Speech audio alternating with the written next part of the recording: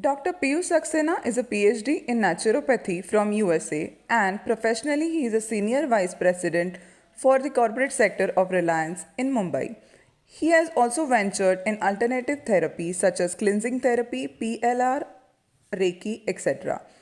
He has penned down three books, namely Everything Men Know About Women, Cure Yourself, Life of a Eunuch. He has conducted various free seminars on cleansing therapies all across the country and does not charge a single penny or accepts any donation for his work. He runs an NGO called Temple of Healing. In his book Cure Yourself, he has provided 28 cleansing therapies and ICMR, that is Indian Council for Medical Research, has recommended these therapies for Ministry of Ayush. Naturopathy की ये cleansing therapy USA से है या India से है, इसके बारे में पहले बताएंगे, बाद में हम और क्लींजिंग के बारे में बात करेंगे. So you are free to talk. USA से मैंने नेचुरोपैथी में पीएचडी किया है. हाँ. करीब 15 साल पहले. और ये क्लींजिंग थेरेपी कुछ अपने आप डेवलप होती चली गई. मैंने पहले लिवर क्लींस किया, फिर किडनी क्लींस किया, फिर वेजिटेबल जूसेस लिए, एसिडिटी क्लींस किया. 2008 में मैंने क्योर योरसेल्फ करके एक किताब लिखी थी जिसमें 5 क्लींस थे. फिर धीरे धीरे मुझे और भी लगा कि अगर ये 5 क्लींस किए जा सकते हैं, जॉइंट क्लींस था, तो फिर ईयर क्लींस भी हो सकता है, आई क्लींस भी हो सकता है, नोज क्लींस भी हो सकता है. तो उस तरह से नाम देता चला गया और फाइनली मैं करीब 5 साल पहले इस नतीजे पे पहुंचा कि कुल 28 तरह के क्लींस वेरियस ऑर्गन्स के या सिस्टम्स के पॉसिबल हैं. इसमें एंगर क्लींस भी पॉसिबल है. तो मुझे लगा कि इसको क्लींजिंग थेरेपी का नाम दिया जाए और इसको गवर्नमेंट में सबमिट किया जाए. तो फिलहाल क्लींजिंग थेरेपी के नाम से department of health research, government of India, ministry of health को हमारी एप्लीकेशन अंडर कंसिडरेशन है वहां पे to be considered as a new therapy और हमारी करस्पॉन्डेंस उनके साथ चल रही है. तो हम टारगेट करते हैं कि कभी ना कभी शायद, जैसे अभी 6 पैथी रिकॉग्नाइज्ड हैं, एलोपैथी और आयुष की आयुर्वेद, योगा, यूनानी, सिद्ध और होम्योपैथी, और आगे कतार में उनके पास है एक्यूप्रेशर और इलेक्ट्रो होम्योपैथी. तो हम भी उनके साथ कतार में लग गए हैं. आपने पूछा क्लीनिक थेरेपी क्या होती है. हमारा मानना होता है कि किसी भी बीमारी का कारण कुक्ड फूड और पोल्यूशन है. बस इसमें सब कुछ कवर हो जाता है, क्योंकि नेचर ने कहा था जंगल में रहो और कच्चा खाना खाओ. सोचिए हमने कितने नियम एक एक करके धड़ाधड़ तोड़ दिए. कच्चे खाने की जगह पका खाना, जंगल छोड़ के शहर में रहना. नेचर ने इंडस्ट्री के लिए भी नहीं कहा था, मकान के लिए नहीं कहा था, फ्लैट के लिए नहीं कहा था, बैंक बैलेंस के लिए भी नहीं कहा था, कैरियर के लिए नहीं कहा था, फैमिली रिलेशनशिप, सोशल ऑब्लिगेशंस, ये सब कोई नेचर की प्लानिंग में नहीं था. आप समझ गए होंगे कि मैं इशारा किस तरफ कर रहा हूं. और इसी तरह से पोल्यूशन, इन सब चीजों से पोल्यूशन ग्रो करता है, स्ट्रेस ग्रो करता है, बाकी सब चीजें इसी में कवर हो जाती है. अगर इनके एक अंश को हम अपने शरीर से थोड़ा सा निकाल सकें, पोल्यूशन को, तो आप यकीन मानिए लाइफ बेहतर हो जाती है. और आपको पता ही है कि मैं 3 क्लेम करता हूं. 90% of health problems can be cured 100% घर बैठे हुए बहुत कम कीमत पे. दूसरा है, एक बार लिवर क्लींस करने के बाद 6 महीने तक हार्ट अटैक नहीं हो सकता.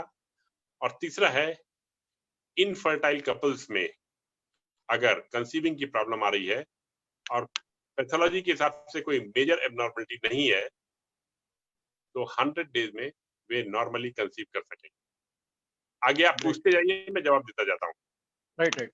सर, आपने एक क्लेम किया है और जनरली डिस्क्लेम करते हैं डॉक्टर्स लोग, बाईपास होने के बाद, एंजियो होने के बाद भी हार्ट अटैक नहीं आएगा, ऐसी कोई गारंटी नहीं था. तो आपको मैं बहुत अप्रिशिएट करता हूँ कि कोई हार्ट पेशेंट ने भी अगर क्लींजिंग किया है तो 6 महीने तक हार्ट अटैक नहीं आएगा. ये आपके बुक में भी है और आपने भी कहा है, ये बहुत बड़ी बात है. लेकिन ये क्लींजिंग की शुरुआत अमेरिका में 1962 में हुई है, ऐसा आपने कहा है, बुक में लिखा है. राइट. लेकिन आपने अभी मेंशन भी किया है, लेकिन जैसा लिवर क्लींजिंग को ही आप फर्स्ट करो, बाकी 28 क्लींजिंग के बारे में बताया है. कि आप जॉइंट पेन क्लींजिंग के बारे में पूछने के बाद यही क्वेश्चन करते हैं कि आपने लिवर क्लींजिंग किया है क्या. तो इसका क्या वजह क्या है इसमें? मैं बताता जाता हूँ एक एक करके आपको, है ना. हाँ, राइट. सबसे पहले आपने इस बात को पॉइंट आउट किया कि मैं क्यों कहता हूं कि 6 महीने तक हार्ट अटैक नहीं हो सकता और क्लेम कैसे करता हूं। उसके बाद की एक बात तो रही गई हाँ। कि मैं लाइफ में किसी रिस्ट्रिक्शन में बिलीव नहीं करता हूं। आपने किताब देखी होगी मेरी, फ्रंट पेज पर क्या हुआ है, खाओ पियो मस्त रहो, क्लींस करो स्वस्थ रहो। और मेरी अपनी उम्र 61 इयर्स की है और मेरे खाने पीने में कोई रिस्ट्रिक्शन नहीं है और मैं कोई मेडिसिन भी नहीं लेता। क्या बात। और मैं क्लेम करता हूं कि किसी हाँ। मेडिसिन की जरूरत भी नहीं पड़ती अगर क्लींस प्रॉपर्ली कर लिया जाए। अच्छा। आपने कहा मैं ये क्लेम किस बेसिस पे करता हूं। मैंने बुक में डायग्राम बना के प्रूव किया है कि लिवर क्लींस से जब फिजिकल फॉर्म में एलडीएल कोलेस्ट्रॉल निकल जाता है तो ब्लड उसको बैलेंस करने के लिए जहां जहां एक्सेस डिपॉजिट्स होते हैं, for example coronary artery and other places, blood वहां से कोलेस्ट्रॉल खींच के लेके आता है और वो ब्लॉकेजेस को क्लियर करता है। और मैं आप सबसे एक बात कहना चाहता हूं कि पैथोलॉजी लेबोरेटरी के टेस्ट के चक्कर में आना छोड़िए, अपने ब्लड पे भरोसा कीजिए। उसको मालूम है कि आपके शरीर में कब, कहां और किस चीज की जरूरत है और उसके फैसले कभी गलत नहीं होते। जबकि मैं चैलेंज करता हूं, आप पैथोलॉजी लैब से कोई भी टेस्ट करा लीजिए, आप उंगली से एक ही सुई से प्रिक करके खून निकाल लीजिए, 4 लैब को यवतमाल में अलग अलग जगह पे भेजिए, चारों की अलग अलग रिपोर्ट आएगी। नॉट ओनली दिस, फर्क इतना ज्यादा होगा कि आप देख के चौंक जाएंगे। ये सब चीजें मैंने अपनी वेबसाइट पे बताई हुई है और मेरे प्रेजेंटेशन में आपने देखी होगी। राइट। अगला क्वेश्चन। हाँ हाँ सर, आपने कहा है कि जो ग्रीन जूस है वो ग्रीन ब्लड है। जैसा हम लिवर क्लींजिंग में वो ग्रीन जूस का वगैरह संबंध नहीं है, लेकिन इप्सम सॉल्ट और एक्स्ट्रा वर्जिन ऑलिव ऑयल, ये दो जो मेन आइटम है वो यहाँ जनरली अवेलेबल नहीं होते, ऑनलाइन अवेलेबल होते हैं। लेकिन इप्सम सॉल्ट और olive extra virgin olive oil के बारे में थोड़ा बताइए कि एक्स्ट्रा वर्जिन ऑलिव ऑयल ये इटली और स्पेन में बनता है। इसकी मैन्युफैक्चरिंग होती है, प्रोसेसिंग होती है। ये इतना इंपॉर्टेंट है कि जो ऑयल एक्सट्रैक्शन के प्लांट होते हैं वो उन जगहों पे लगाए जाते हैं जहां ऑलिव्स की खेती होती है, जिससे कि उनको फ्रेश ऑयल एक्सट्रैक्शन के लिए पहुंचाया जा सके। तब जाके एक्स्ट्रा वर्जिन ऑलिव ऑयल में ये प्रॉपर्टी आती है। और ये ऑलिव्स हैंड प्लग्ड होते हैं और बहुत राइट मोमेंट पर इनको तोड़ा जाता है कि जिससे कि इनका फर्मेंटेशन ज्यादा ना होने पाए, जस्ट स्टार्ट हो उसी टाइम पे या उसके भी पहले, जिससे कि तेल बिल्कुल प्योर फॉर्म में निकल आए। ये कोल्ड प्रेस होता है। कोल्ड प्रेस का मतलब ये होता है कि जब मशीन को चलाया जाता है और इसको क्रश करने के लिए, तब वो गर्म नहीं होती है। ये एक डिफरेंट टाइप की टेक्नोलॉजी है और तभी इसमें ये प्रॉपर्टी आती है। और यवतमाल में दोनों चीजें जरूर मिलेंगी, डेफिनेटली मिलेंगी। यवतमाल बड़ी बढ़िया जगह है। मैं आप लोगों को तो पता ही होगा दुर्गा पूजा के बारे में ना, यवतमाल। राइट। हाँ राइट, आई सर्च अभी तो ऑल द दुर्गा शॉप पूजा आ रही है। राइट। अभी लेकिन दुर्गा यहाँ पे सर यहाँ पे वर्जिन ऑयल मिलता था, लेकिन आपका इंसिस्टेंस था कि एक्स्ट्रा वर्जिन ही चाहिए करके, तो फिर तो ऑनलाइन मैंने बस मंगाया। जो पहला निकलता है ना वही हाँ, हाँ। एक्स्ट्रा वर्जिन होता है, उसके बाद वर्जिन निकलता है और उसके बाद नॉर्मल ऑलिव ऑयल निकलता है। नॉर्मल ऑलिव ऑयल से भी क्लींस होता है, लेकिन एफिशिएंसी कम हो जाती है, 40% तक कम हो जाती है उसमें, कई बार इससे भी ज्यादा कम हो जाती है। और एक लिवर क्लींस हमारे लिए बहुत कीमती होता है, क्योंकि हम पूरा दिन लगा रहे होते हैं और घर वाले देख रहे होते हैं कि क्या होने वाला है। आपके और तमाम मित्र आपकी ये फोन करके पूछ रहे थे कुछ हुआ कि नहीं, कुछ हुआ कि नहीं, कुछ हुआ कि नहीं। बिल्कुल। एप्सम सॉल्ट जो है ये मैग्नीशियम सल्फेट है, magnesium MgSO4.7H2O, chemical composition name ये है। MgSO4 काफी समय से वेटनरी डॉक्टर्स यूज करते रहे हैं गाय भैंस को जुलाब दिलाने के लिए। वो नली से उनके गले में डाला जाता है। अगर आपको कहीं नहीं मिलता है तो वेट की दुकान पे मिल जाएगा, अदरवाइज ये केमिस्ट का आइटम है। और ये वहां पे केमिस्ट को आपके लिवर क्लींस के बारे में कुछ भी नहीं पता होगा, क्योंकि उसका ये एरिया नहीं है, उसने कभी सुना नहीं है। लेकिन इसीलिए मैंने बुक में दोनों की फोटोग्राफ डाली हुई है। आप केमिस्ट को ये फोटोग्राफ दिखाइए जिससे कि उसको यकीन आए कि हाँ ये चीज एग्जिस्ट करती है। तो MgSO4.7H2O या एप्सम सॉल्ट ये कह के उससे मांगेंगे ये 7-8 रुपए का पैकेट होता है। अगर 20 ग्राम का नहीं मिलेगा तो 300 ग्राम का मिलेगा, नहीं तो 400 का मिलेगा, नहीं तो 1 किलो का मिलेगा। अकॉर्डिंगली अपोर्शन कर लीजिए उसको। राइट 30 ग्राम की जगह 18 ग्राम बॉडी में चला जाए, 17 ग्राम चला जाए, कोई प्रॉब्लम की बात नहीं है। 21-22 ग्राम थोड़ा सा ज्यादा हो जाता है, देखिएगा अपने हिसाब से आप कर सकते हैं कि नहीं। इसका फंक्शन बाइल डक्ट को डायलेट करना होता है। बाइल डक्ट जब थोड़ा सा डायलेट हो जाती है तो ये बड़े बड़े स्टोन्स भी आसानी से फिसल के निकल जाते हैं। एक चीज और, अगर किसी को पता चलता है कि उसके स्टमक पे 32 mm का स्टोन है, उसको चक्कर आ जाता है। वो कहता है 32 mm कैसे निकलेगा, अगर 2-4 mm होता तो निकल जाता। राइट तो पहली चीज तो ये थेरेपी दम वालों के लिए जो कर सकते हैं। राइट 32 mm का स्टोन बताते वक्त डॉक्टर ने ये तो बताया ही नहीं कि इसकी चौड़ाई कितनी है, समझ रहे हैं आप। हाँ और बड़े आराम से स्टोन तो चौड़ाई में निकलेगा ना, क्यों लंबाई में निकलेगा। राइट नेचर अपना कोर्स फॉलो करेगी। तो जो 32 mm का स्टोन बनाता के डराते हैं, तो उसकी चौड़ाई 8-9-10 mm होती है, या इससे भी ज्यादा हो तब भी आराम से निकल जाता है। आज तक अक्रॉस द ग्लोब वर्ल्ड में एक भी ऐसा नहीं हुआ है जिसमें लिवर क्लीन में करने के दौरान गॉल ब्लैडर का स्टोन बाइल डक्ट में फंसा हो। ये नहीं होता है।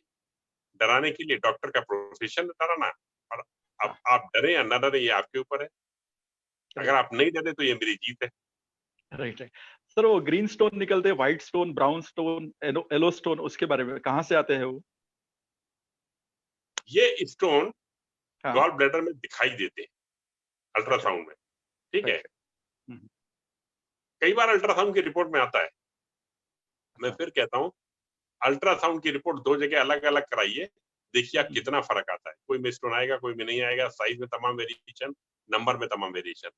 मैं आपको बताता हूँ, गॉल ब्लैडर के स्टोन गॉल ब्लैडर में, लिवर में, बाइल डक्ट में, और बाइल डक्ट और गॉल ब्लैडर के जॉइंट पे, इनमें से कहीं भी हो सकते हैं। और ये कितने भी पुराने हो सकते हैं। इनके बनने की प्रोसेस ये है, रेड ब्लड कार्पल्स, लाल रक्त कणिकाएं, जब इनकी डेथ हो जाती है, मर जाती है, तो ये जाके मर के स्प्लीन में जमा होती हैं, वहां से ये ट्रांसपोर्ट होके गॉल ब्लैडर में आती हैं, और वहां पे इनके चारों तरफ चर्बी जमती है। इस तरह से स्टोन का फॉर्मेशन होता है। अब ये स्टोन कितने पुराने हैं और कहां से इनकी शुरुआत हुई थी, वहां से इनका कलर डिपेंड करता है। आपको इतनी जानकारी की शायद जरूरत नहीं है, क्योंकि मैं कहना चाहता हूं कि आप बीमारी या तकलीफ के बारे में जानने में ज्यादा इंटरेस्टेड है या इलाज के बारे में जानने में ज्यादा इंटरेस्टेड है। और नेचुरली लोग इलाज के बारे में जानने में ज्यादा इंटरेस्टेड होते हैं, इसलिए ये गहरी करता नहीं हूँ। लेकिन यहाँ क्योंकि आप लोग टीचर्स लोग हैं, आपके किसी भी सवाल को मैं जवाब दूंगा। एक आपने पूछा था कि ग्रीन ब्लड के बारे में, है ना। ग्रीन ब्लड में ध्यान दीजिए, हीमोग्लोबिन और क्लोरोफिल का जो केमिकल कंपोजिशन होता है, उसमें क्लोरोफिल में जहां पे मैग्नीशियम होता है, ह्यूमन ब्लड में वहां पे क्लोरीन और फेरस होता है। बॉडी के इंटरनल मैकेनिज्म में और लिवर के फूड एब्जॉर्प्शन की प्रोसेस में, जब हमारा खाना आगे चलता है, stomach, small intestine, liver, oesophagus, इन सब अंगों से जब निकलता है ना ड्यूडेनम, तो ट्रांसफॉर्मेशन होता है। सिर्फ इतना मेजर होता है कि वहां पे मैग्नीशियम को सब्स्टिट्यूट किया जाता है क्लोरीन और फेरस से, और इस तरह से हीमोग्लोबिन ब्लड में कन्वर्ट होता है। इसलिए ग्रीन जूसेस को पीने को हम blood transfusion by natural means भी कहते हैं। ओके सर, एक और क्वेश्चन है लिवर क्लींजिंग के बारे में कि जनरली सॉल्ट, मैंने खुद किया, फिर मेरा एक दोस्त सचिन मिले, उन्होंने किया, उनके मिसेस ने किया, तो सबने करने के बाद किसी के डाउट्स ऐसे थे कि सॉल्ट लेना नहीं चाहिए, ऐसा डॉक्टर्स बोलते हैं, तो बीपी पेशेंट्स के लिए ये सुटेबल है क्या? और दूसरा जो ऑयल, उदय जी एक मिनट, राइट, आपने लिवर क्लींस किया है ना? हाँ किया है। तो वो आपको डॉक्टर बोल रहे हैं कि चूंकि बीपी पेशेंट है इसलिए सॉल्ट नहीं लेना चाहिए, राइट, ठीक है। मैं क्वेश्चन रिपीट कर रहा हूँ, ध्यान दीजिएगा, बहुत ध्यान देने की बात है। मैं उदय जी से बात कर रहा हूँ, उदय जी ने लिवर क्लींस किया हुआ है। उदय जी पूछ रहे हैं कि, रिपीट कर रहा हूँ, उदय जी ने लिवर क्लींस किया हुआ है। उदय जी कह रहे हैं कि डॉक्टर कहते हैं कि सॉल्ट नहीं लेना चाहिए, ठीक है ना? हाँ, ठीक है ना? जनरल सॉल्ट नहीं, एप्सम सॉल्ट के बारे में नहीं बोलते, लेकिन मेरा सर एक्सपीरियंस आपको पहले बता देता हूँ, फिर आप आंसर दीजिए। मेरा पर्सनल हाँ, एक्सपीरियंस है कि मैं लिवर क्लींजिंग करने के बाद यहाँ के जो हाँ, फिजिशियन है डॉक्टर अग्रवाल, उनकी तरफ गया, एमटी है वो। उन्होंने मुझे पहली बार लाइफ में मैं डॉक्टर के पास गया और विदाउट प्रिस्क्रिप्शन बाहर आया। उन्होंने कहा कि आपको मेडिसिन की जरूरत नहीं है। ये मेरा पर्सनल एक्सपीरियंस। जनरली उन डॉक्टरों फ्रेंड्स को मेरा दे आर सलाम। स्केयर्ड। हाँ, राइट। हाँ, हाँ, ये एक्सपीरियंस मेरा है, आपको शेयर कर रहा हूँ। हाँ, हाँ, हाँ, लेकिन जनरल क्वेश्चन है कि हाँ, जैसे आप ये ट्राई करो, इप्सम सॉल्ट लो और ऑयल लो। ऑयल से फैट बढ़ता है, हार्ट के लिए अच्छा नहीं है, डायबिटीज के लिए अच्छा है नहीं है। तो डायबिटिक पेशेंट्स और BP patients they are scared of liver cleansing. हाँ, हाँ, That's my question. Yeah, that's my question. I mean to say, this is a common question by most of my friends. Okay, जवाब Right. दे रहा हूँ आपको। हाँ, सबसे पहली चीज, राय उनसे लीजिए जिन्होंने लिवर क्लींस किया हो और जिनको इस इलाज के बारे में कोई जानकारी हो, ठीक है? आप जिनसे राय लेने जा रहे हैं, हम्म, वो कितना भी ज्यादा से ज्यादा पढ़े लिखे क्यों ना हो, हम्म, क्या उन्होंने लिवर क्लींस किया हुआ है? और अगर नहीं किया हुआ है, तो दूसरा पाप वो कर रहे हैं जो इसके बारे में एडवाइस कर रहे हैं, और पहला पाप आप कर रहे हैं जो उनसे एडवाइस लेने के लिए जा रहे हैं, ठीक है? इट अच्छा, इज लाइक दैट कि आपका क्वेश्चन हिस्ट्री का है और आप उसको फिजिक्स के प्रोफेसर के पास पूछने के लिए जा रहे हैं, ठीक है? जिस डॉक्टर ने क्लींजिंग थेरेपी का एबीसीडी भी नहीं जाना हुआ है, वो इसके बारे में कैसे बताएंगे? एक कदम आगे चलते हैं। क्या आप उम्मीद करते हैं कि होम्योपैथी का कोई भी प्रश्न एलोपैथी के डॉक्टर बताएंगे? नहीं होता ऐसा। दोनों थेरेपी अलग-अलग है। और आगे चलते हैं। क्या आप उम्मीद करते हैं कि कार्डियो का क्वेश्चन ऑर्थो वाले बताएंगे? ये भी नहीं होता है। कार्डियो का क्वेश्चन कार्डियो वाले ही बताएंगे। अब एक कदम और आगे चलते हैं। ऑर्थो का भी क्वेश्चन, हड्डी से जुड़ा हुआ भी क्वेश्चन ना, अगर आप हड्डी के दो अलग-अलग डॉक्टर से पूछेंगे, वो आपको अलग-अलग जवाब देंगे। इसका ये मतलब नहीं कि दोनों में से एक सही है, दोनों सही हो सकते हैं, परिस्थितियों के हिसाब से उन्होंने बताया।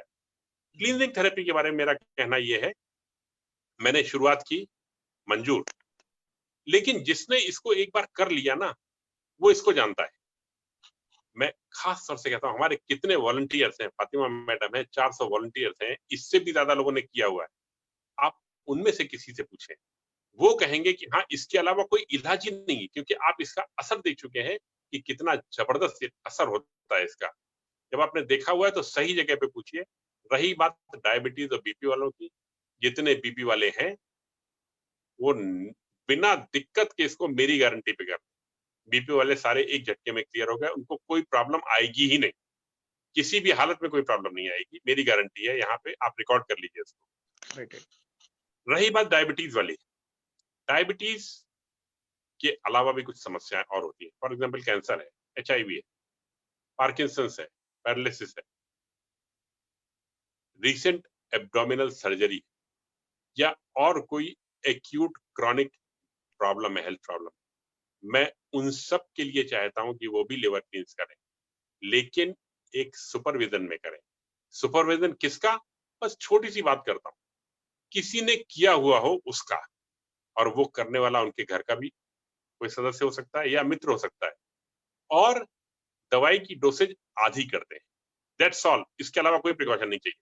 Right, right. तब भी अगर कंडीशन में बहुत समस्या है, तो हमको मेल लिख के हमसे बात कर ले, कुछ छोटा मोटा प्रिकॉशन होगा हम बता देंगे।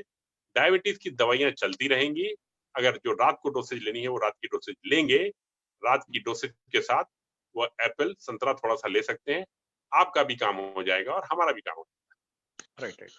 सर, आपने कहा है कि 2 बजे के बाद आपका ये प्रोसेस चालू होता है, फिर बाद में 6 बजे एक डोज एप्सम सॉल्ट का 20 ग्राम का, फिर 8 बजे, फिर 10 बजे ऑयल 175 ml का, फिर मॉर्निंग में 6 बजे, 8 बजे और 10 बजे। ये प्रोसेस में आपने पहले इंटरव्यू में कहा था कि 2 बजे के बाद कुछ खाना पीना नहीं है।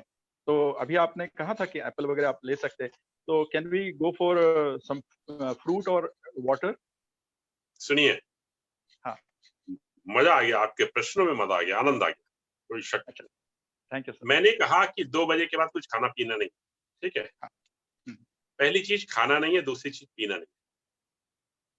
खाना जब भी हम खाते हैं तो उसके डाइजेशन के लिए ना बाइल रिलीज होता है और हमको बाइल स्टोर करना है गॉल ब्लैडर के अंदर, जिससे कि स्टोन्स प्रेशर से निकले, इसलिए हमने खाने के लिए मना किया। यही प्रोसेस पानी पे भी है, वो पीने पे भी है। हम चाय पीते हैं, शरबत पीते हैं, फ्रूट जूस पीते हैं, उसके डाइजेशन के लिए थोड़ा सा बाइल रिलीज होता है, लेकिन पानी के डाइजेशन के लिए रिलीज नहीं होता, इसलिए पानी पीने में कोई बंधन नहीं। नींबू पानी पीने से एनर्जी भी मिलती है, उसके लिए भी बाइल मिनिमम क्वांटिटी में रिलीज होता है, कोई बंधन नहीं। जब मैं ये कहता हूं कि वो एप्पल खा सकते हैं, संतरा खा सकते हैं, मुझे मालूम है कि एप्पल और संतरा डाइजेस्ट करने के लिए थोड़ा सा बाइल रिलीज होगा। अब हमारी साथ प्रॉब्लम क्या है, डायबिटीज के मरीज की दवाई भी जरूरी है, क्योंकि अगर हम उनसे कह देंगे कि दवाई मत लीजिए तो वो भी अनकंफर्टेबल होंगे, हम भी अनकंफर्टेबल। दवाई के साथ कुछ खाना भी जरूरी है, हमने खाना भी दे दिया उनको। हमें रिजल्ट में क्या मिला, हमारा लिवर क्लींस की क्वालिटी 4-6% डाउन हो गई। डज नॉट मैटर, हम 95% पे तो पहुंचे कम से कम, नहीं करते तो हम 0 के 0 घर पे ही बैठे रह जाते। इसलिए मैंने कहा कि जो पेशेंट्स हैं, अगर उनको दवाई लेनी है, दवाई ले लें, दवाई के साथ कुछ फ्रूट डाइट ले लें, जिसमें बाइल का कम इस्तेमाल होता है, और वो लिवर क्लींस तो कर पाएंगे, वरना तो प्रोसेस रुक गई थी। ठीक है, राइट राइट। और सर 175 ml ऑयल के साथ आपने ऑरेंज और स्वीट लाइम ये बताया है, तो अभी जैसा ऑरेंजेस तो पॉसिबल नहीं है, तो और सब्स्टिट्यूट कौन से फ्रूट्स है? टेट्रा पैक भी आपने सजेस्ट किया है, तो और कोई फ्रूट ले सकते हैं क्या? पपनास और पपनास है और पाइनएप्पल। अच्छा। और क्या नहीं ले सकते हैं बता दूं आपको, लीची नहीं लेना है, शरीफा नहीं लेना है, और मैंगो नहीं लेना है। और टेट्रा पैक में लेगा, जूस का बहुत रोल नहीं है इस क्लींस में। क्लींस में सबसे ज्यादा role extra virgin olive oil का है और एप्सम सॉल्ट कैटलिस्ट है। जूस का कुछ इतना खास रोल नहीं है। और अगर आप मैंगो, तो मैं नहीं रिकमेंड करूंगा, मैंगो के डाइजेशन में बाइल लग जाता है। ये जो मैंने मना किया ना, लीची शरीफा, इसमें भी थोड़ा बाइल लग जाता है, लेकिन संतरा मौसमी इसमें कुछ नहीं लगता। एप्पल का जूस या टेट्रा पैक का ले लीजिए, जो भी ले लीजिए, काम होगा। Oil is the medicine, oil medicine है, मेडिसिन ऑयल है, medicine oil. Extra virgin olive oil, वो भी जो मैं इटली स्पेन वाला हो, और फ्रेश बॉटल यूज करने के लिए मैं रिकमेंड करता हूँ, क्योंकि ये ऑक्सीजनेट करता है। इसमें कुछ प्रॉपर्टीज होती हैं जो बॉटल खुलने के बाद ना ये रिएक्ट करती है एटमॉस्फेरिक से। तो अगर कोई 1 महीने 2 महीने पुरानी खुली हुई बोतल है, तो इसका असर कम हो जाता है, कम होता है। और एक क्वेश्चन आया था, टेट्रा पैक में शुगर हो सकती है, तो इज इट यूजफुल? मैंने कहा ना कि पहली चॉइस होगी, मेरी पहली चॉइस होगी आप लोगों के लिए नागपुर के ऑर्गेनिक फार्म के पके हुए, नेचुरली पके हुए ऑरेंजेस। मिल जाते हैं तो ठीक है, नहीं मिलते तो रुकने से अच्छा है कि कुछ तो बढ़िए। ठीक है, तो कुछ तो बढ़ने की प्रक्रिया में मैंने ये रिकमेंड किया कि टेट्रा पैक, इतनी शुगर मैटर नहीं करती। और एक शुरू में क्वेश्चन, एक मेरा जो दोस्त सचिन मिले उसने बोला था कि टॉयलेट तो बहुत बार गया और बहुत बैड स्मेल से वो बहुत परेशान था। इसके लिए वो क्वेश्चन नहीं है, but generally this is the something. मुझे भी ये रात को डर लगा था कि रात को नींद आएगी क्या नहीं आएगी, रात को भी टॉयलेट जाना पड़ेगा, लेकिन मुझे 10 बजे के बाद बहुत शांत नींद आई, कोई प्रॉब्लम नहीं था। ये क्वेश्चन नहीं था, सिर्फ एक इन्फॉर्मेशन सभी नए जो दर्शक है उनको करने की। नहीं, मैं जवाब दिए देता हूँ आपको इसका।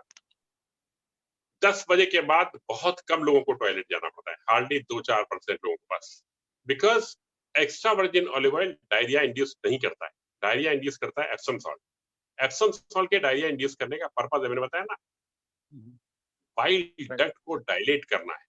ठीक है, वो प्रोसेस 6 बजे से शुरू हुई और रात के 9:30 पौने 10 तक खत्म हो जाती है। ये एक्स्ट्रा वर्जिन ऑलिव ऑयल को सब रास्ता आगे साफ मिलता है। जब साफ मिलता है तो ये जाके अंदर पता नहीं क्या करता है कि अगले दिन पसलियां निकल के आती है। तो रात मोस्टली पीसफुल होती है, किसी को तकलीफ नहीं आती। ओके। सर वो जो एप्सम सॉल्ट का हिंदी ट्रांसलेशन क्या है मुझे पता नहीं है। इज इट क्लोजर टू जमालगोटा? नहीं, it is not closer to जमालगोटा। जमालगोटा is something else. Unfortunately Google में इसका हिंदी ट्रांसलेशन सेंधा नमक बताया गया है, जो कि गलत है। सेंधा नमक लाहौरी नमक है, वो सोडियम क्लोराइड है। ये सोडियम क्लोराइड बिल्कुल नहीं है, ये मैग्नीशियम सल्फेट है। मैंने इस चीज को अपने हिंदी वाले बुक में क्लैरिफाई किया है कि गूगल ने हाँ, हाँ। गलत बताया हुआ है और गूगल का करेक्शन हम करा नहीं पा रहे हैं, किसी भी हालत में करा नहीं पा रहे हैं, वो पता नहीं कहाँ से साइट पे आया हुआ है ये। राइट सर, और कुछ क्वेश्चंस आने के बाद हम फिर लिवर क्लींजिंग के बारे में आएंगे। अभी एसिडिटी क्लींजिंग के बारे में थोड़ा क्वेश्चन मुझे खुद को भी है और सभी फ्रेंड्स को है। बोलिए। जनरली स्ट्रेस आने से भी एसिडिटी बढ़ जाती है या कुछ खाने से बढ़ जाती है, तो एसिडिटी क्लींजिंग का जो वीडियो है हमने वो ग्रुप में शेयर किया है। तो एसिडिटी क्लींस के लिए आप क्या कहेंगे, कैसा किस तरह से करना चाहिए? अभी वो ग्रीन ब्लड का ज्यादा महत्व है इसमें। सुनिए, हाँ। पानी का पीएच 7 होता है, एसिड 7 से नीचे होते हैं, अल्कलाइन 7 से ऊपर होते हैं। हमारा ब्लड 7.4 पीएच पे है, 7.4 प्लस माइनस 0.05 पे है, 7.35 से लेकर 7.45 तक है ब्लड का पीएच है। ओके। जो मैंने बताया, पीने का पानी, सांस लेने के लिए हवा, जंगल में अल्कलाइन होते हैं, शहर में एसिडिक हो गए धुएं की वजह से, क्लोरीन की वजह से। हमारा खाना, नेचर ने कहा था 80% खाना अल्कलाइन होना चाहिए, 20% एसिडिक होना चाहिए। उल्टा भी नहीं हो रहा है, हम तो 80% से ज्यादा ही एसिडिक खाना खाते हैं। अब एक चीज और एसिडिटी के बारे में जाननी बहुत जरूरी है। अगर ब्लड को सफिशिएंट अल्कलाइन नहीं मिलेगा तो ब्लड करेगा क्या आखिर?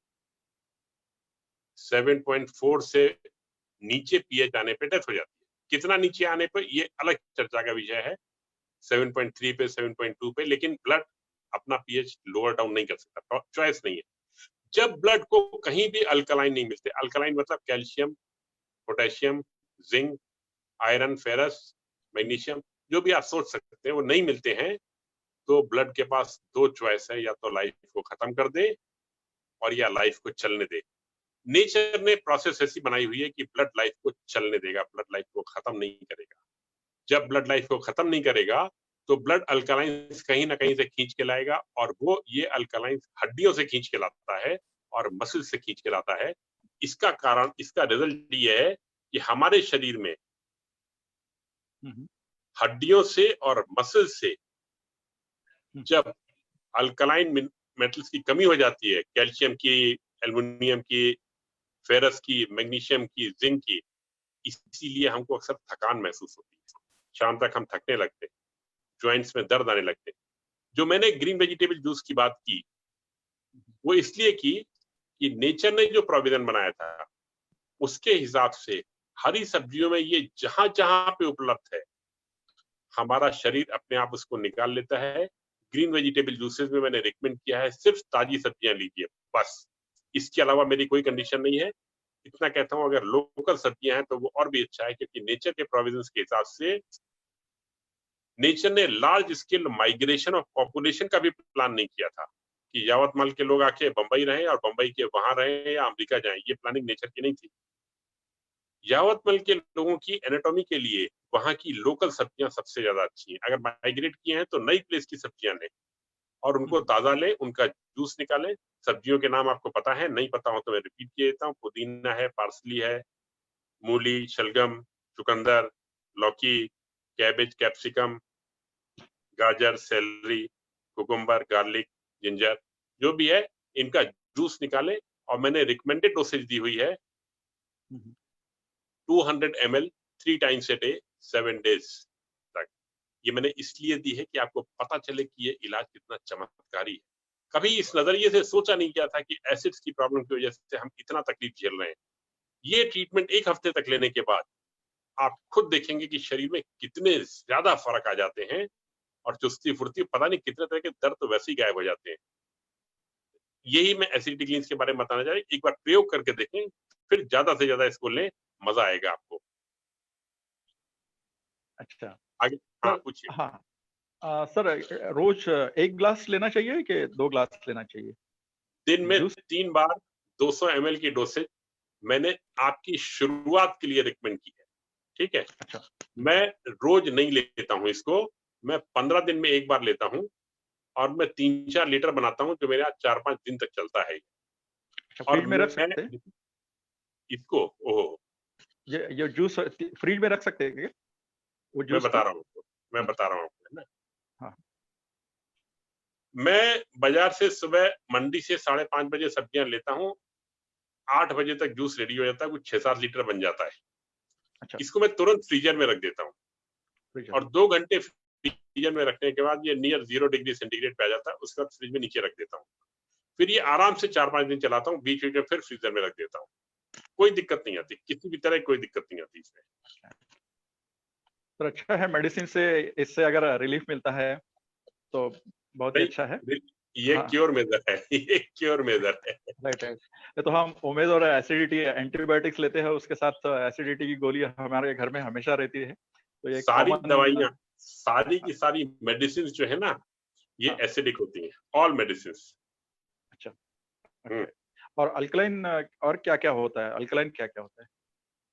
मैंने हवा के अल्कलाइन बारे में बताया। अभी हमारे शहर में हम रह रहे हैं, तो अल्कलाइन क्या हो सकता है हमारे लिए? सारी हरी सब्जियां ऑर्गेनिकली ग्रोन फ्रेश जो होती हैं, ये रॉ फॉर्म में अल्कलाइन होती है, नेचर ने खाने के लिए बताया। सारे फ्रूट्स जो ऑर्गेनिकली ग्रोन हैं और नेचुरली राइपेंड है, कार्बेट वाले नहीं, ये सब के सब अल्कलाइन होते हैं। अब ये कहाँ मिलेंगे, ये आपको ढूंढना है, तो जो मिल सकता है कम से कम वहां से शुरुआत तो कीजिए। हम अगर इस चक्कर में फंसे रहेंगे कि हमको वो नहीं मिल रहा है तो हम रुक जाएंगे। तो जो मिल रहा है उससे शुरुआत कीजिए। मैंने बुक में भी लिखा है कि जो चीज मिल रही है उससे शुरुआत कीजिए। अच्छा, ओके सर। फ्रूट अच्छा है या फ्रूट जूस अच्छा है? What is better? Definitely fruits अच्छे हैं। वेजिटेबल जूस और वेजिटेबल के बीच में वेजिटेबल ज्यादा अच्छी है। लेकिन अगर मैं आपसे कहूं कि एक किलो लौकी कच्ची खा लीजिए तो आप खा नहीं पाएंगे। जूस के लिए सारी सब्जियां कच्ची इस्तेमाल करनी है। 1 किलो कच्ची लौकी आप नहीं खा सकते, 100 ग्राम पुदीना आप कच्चा नहीं खा सकते, लेकिन इनका जूस पिया जा सकता है। इसलिए सुविधा के लिए मैं जूस की बात करता हूँ, और मैं फ्रूट जूस की बात कहीं नहीं कर रहा हूँ, मैं वेजिटेबल जूस की बात कर रहा हूँ। फ्रूट जूस अलग चीज है। फ्रूट जूस जो है ग्लूकोज बेस्ड है और green vegetable juice chlorophyll based है। दोनों में डिफरेंस है। ठीक है। Right right right. सर अभी आप किडनी क्लींस के बारे में बताइए, यानी सबको आइडिया क्लियर हो जाएगी। हाँ ठीक है। किडनी क्लींस के बारे में सबसे पहले तो मुझे ये जानना होता है, किडनी क्लींस तो सब समझ रहे हैं, मैंने बताया हुआ है कि पार्सली की पत्ती, भुट्टे के बाल या तरबूज के बीज से किया जाना है इसको। लेकिन किडनी क्लींस क्यों किया जाना है ये आपने बताया किस किया? नहीं नहीं नहीं नहीं नहीं बताया। सिर्फ सबसे प्रोसेस। बेसिक मुद्दा ये है कि किडनी क्लींस करना क्यों है। किडनी क्लींस इसलिए करना होता है कि किडनी के फंक्शंस है। मैं 8 फंक्शन गिनाता हूं आपको। Activation of vitamin D absorption, blood pressure regulation, elimination of metabolic waste, maintaining acid basic balance, electrolyte balance, fluid balance. आप 2 लीटर पानी पिए या 200 ml पानी पिए, किडनी डिसाइड करती है कि कितना पानी रखना है। प्रोस्टेग्लैंडिन हार्मोन का सिंथेसिस होता है इसमें, और खून बनाने के लिए मैसेज भी किडनी के थ्रू जाता है।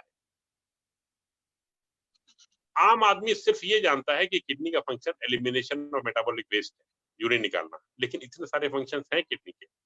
मॉडर्न मेडिसिन ने प्रूव किया हुआ है। अब सवाल कुछ और उठता है, क्या ऐसा हो सकता है कि कुक्ड फूड और पोल्यूशन की वजह से किडनी के ये सारे फंक्शन कमजोर हो गए हों? और अगर ये सारे फंक्शन कमजोर हुए हैं, इस चर्चा पे नहीं जाना है हमें कि 10% कमजोर हुए हैं या 20% कमजोर हुए हैं। हाँ या ना में इस बात का जवाब चाहिए कि कमजोर हुए हैं, हाँ या ना। तो अगर जवाब हाँ में आता है तो सवाल ये उठता है कि क्या इस एक्टिविटी से किसी भी तरीके से हम किडनी के फंक्शंस को इंप्रूव कर सकते हैं। और मैं आपको कुछ उदाहरण देना चाहता हूं इसमें। आप लोगों में से किसी को पीठ के दर्द की शिकायत रही है? स्वयं को या फ्रेंड्स को या रिलेटिव्स को? हाँ, फ्रेंड्स को है। हाँ, पीठ के दर्द की। हाँ। जब पीठ के दर्द की शिकायत होती है ना, तो हम्म, ऑर्थोपेडिक सर्जन तमाम चक्कर शुरू हो जाते हैं, और x-ray, MRI, flat bed, Godrej की स्पेशल वाली झुकी हुई चेयर, कितने लोगों का बैक एक वो सारी चीजें करने के बाद क्योर हो गया है। और क्योर का मतलब ये होता है कि दोबारा कभी दर्द ना हो। हमारे तरफ से बैक का पेन बहुत जल्दी क्योर हो जाता है। आंखों के नीचे की ये वाली झाइयां, जिसके ऊपर शहनाज अरबल ने बिजनेस खड़ा किया हुआ है, ये झाइयां भी बड़े आसान से किडनी से क्लीन से ठीक हो जाती हैं। मैं एक एग्जांपल और देता हूं किडनी क्लींस के लिए। आपने सुना होगा कि अक्सर लेडीज में कैल्शियम की कमी हो जाती है 35 की उम्र के ऊपर, है ना? यस यस क्या करते हैं? शेल्कोल टैबलेट्स लेना, जांच कराते रहना, या कैल्शियम रिच फूड खाना। मेरा फिर पलट के प्रश्न यही आता है कि सारे नियम पालन करने के बाद कितने लोगों का कैल्शियम लेवल हमेशा के लिए नॉर्मल हो गया कि अब उनको दवाई खाने की जरूरत नहीं, डॉक्टर साहब ने कह दिया आप जाइए। कितने लोगों का ऐसा हुआ है बताइए, आप बताइए। नहीं नहीं नहीं ना, प्रॉब्लम रिमेन्स सेम। 30 डेज का प्रोजेक्ट है, कैल्शियम लेवल हमेशा। आवाज आवाज साउंड सर, थोड़ा आवाज। म्यूट सर, आपका म्यूट हो गया है। हाँ आवाज आ रही है? हाँ, अभी अभी आ रहे। ओके। हाँ अगर मैं हमेशा के लिए कह रहा हूं तो उसका मतलब यह है कि बहुत लंबे समय के लिए, क्योंकि आप फिर कुक फूड पोल्यूशन वाले माहौल में रहना है। ठीक है, 2 महीने बाद दोबारा कर लीजिएगा, 6 महीने बाद दोबारा कर लीजिएगा, लेकिन एक मौका तो दीजिए शरीर को मेडिसिन फ्री होने का। और गलती कहाँ पे हुई थी? छोटी सी गलती थी, आपकी बॉडी को कैल्शियम सप्लीमेंट्स की जरूरत ही नहीं थी। आपकी बॉडी को जरूरत थी मिडिल क्लास और अपर मिडिल क्लास के खाने में ना सफिशिएंट कैल्शियम इंटेक होता है। ये जानने की जरूरत आपको नहीं है कि किस सब्जी में है, किस सब्जी में नहीं है, वो मेरा चर्चा का विषय नहीं है। मैं सिर्फ इतना कहना चाहता हूं कि मुद्दा कैल्शियम इनटेक का नहीं था, कैल्शियम एब्जॉर्प्शन का था। किडनी का फंक्शन है कैल्शियम के एब्जॉर्प्शन को इंप्रूव करना, और किडनी कमजोर होने की वजह से आपके शरीर में इसका एब्जॉर्प्शन कमजोर हो गया। जब एब्जॉर्प्शन कमजोर हो गया तो आप चाहे जितना कैल्शियम खाने जाइए वो लगेगा ही नहीं बॉडी में। मेरा लॉजिक आप समझ रहे हैं? हाँ हाँ हेलो, हाँ हाँ, मेरा सुन रहा लॉजिक हूँ समझ सर। रहे हैं? हाँ बिल्कुल और बिल्कुल। जैसे ही आपने कैल्शियम का एब्जॉर्प्शन बॉडी में इंप्रूव किया, उसी खाने से कैल्शियम का एब्जॉर्प्शन बढ़ जाता है, कैल्शियम बॉडी में लगने लग जाता है और तमाम तकलीफें तुरंत ठीक हो जाती है। अब मैं आपको बताता हूँ इसका इस्तेमाल करते कैसे। पार्सली की पत्ती क्वांटिटीज मैंने दी हुई है प्रेजेंटेशन में, या भुट्टे के बाल या तरबूज के बीज में से किसी एक को उबाल लेना है और बार बार उबालना है। जो भुट्टे के बाल मैं या फातिमा जी यूज करते हैं, वो भुट्टे के बाल खेत के पके हुए होते हैं, उनको 6 बार तक उबाला जा सकता है, मेडिसिन निकलती रहती है उसमें से। 50 ग्राम 100 ग्राम सूखे बाल ले लें, इनको बार बार उबालें, और हर बार उबालने के बाद इसमें ताजा पानी डालें, पुराना पानी निकाल दें, और पुराना पानी इकट्ठा करते जाएं। पानी कम डालिएगा, क्योंकि अगर आपने 6 लीटर दवाई बना ली तो इतनी आप पी नहीं पाएंगे। और दवाई बाल में है, पानी में नहीं है, ये ध्यान रखने की बात है। तो बस, और उसके बाद दवाई तैयार है और इसको पी लीजिए। और बस ये किडनी के नेफ्रॉन्स, शॉर्ट टर्म के लिए नेफ्रॉन्स किडनी के खून छानने की यूनिट्स हैं अंदर, तो नेफ्रॉन्स हाइपर एक्टिवेट हो जाते हैं, खून छन के साफ हो जाता है, और पता चलता है ये। और पता चलने के बाद गुर्दे की पथरियां गल जाती हैं, यूरेटर की पथरियां गल जाती हैं, बॉडी में फ्रेशनेस आ जाती है, स्किन टोन में फर्क आ जाता है, ताजगी दिखाई देती है, एनर्जी लेवल इंप्रूव कर जाते हैं, हीमोग्लोबिन लेवल इंप्रूव कर जाता है, कैल्शियम लेवल इंप्रूव कर जाता है, ऑस्टियोपोरोसिस की प्रॉब्लम ठीक होती है इससे, पुराने जहर किडनी से निकल जाते हैं, ब्लड प्रेशर माइल्ड है तो वो ठीक ठाक हो जाता है, इम्यूनिटी बढ़ जाती है, बॉडी के तमाम दर्द निकल जाते हैं, पीएमएस की प्रॉब्लम में सिग्निफिकेंट फर्क आ जाता है। इतने सब फायदे ये किडनी क्लींस के हैं जो आपके घर बैठे हो सकते हैं। मैं वो रिपीट करूंगा, स्टार्ट लिवर क्लींस से करिएगा, उसका जरा जबरदस्त स्टार्ट होता है और पता चलता है। सर, वो भुट्टे के बाल किसी को समझ में नहीं आया था, कुछ मैसेज था, तो कॉर्न सिल्क बोलते हैं उसे, तो उसका वो आई ट्राइड दैट, लेकिन उसका स्मेल और टेस्ट बहुत ही it's not very good, I would say. और एक मैं मेरा काफी क्वेश्चन में हूँ और हाँ मेरा शोध कार्य जारी है हाँ कि मैं बटर चिकन, कीमा कलेजी, पनीर मसाला और छोले भटूरे से इलाज कर सकूं। ठीक है, वेल सेड अभी सर। मिला नहीं है वो, अब मिलते ही सबसे पहले यावत महल की सेवा में उपस्थित होऊंगा। Right right right. ये सर, ये वो थोड़ा bad taste. Parsley we don't get, तो कोरिएंडर सब्स्टिट्यूट है क्या उसका? मुझे इनमें से 3-4 चीजें बताई मैंने, हाँ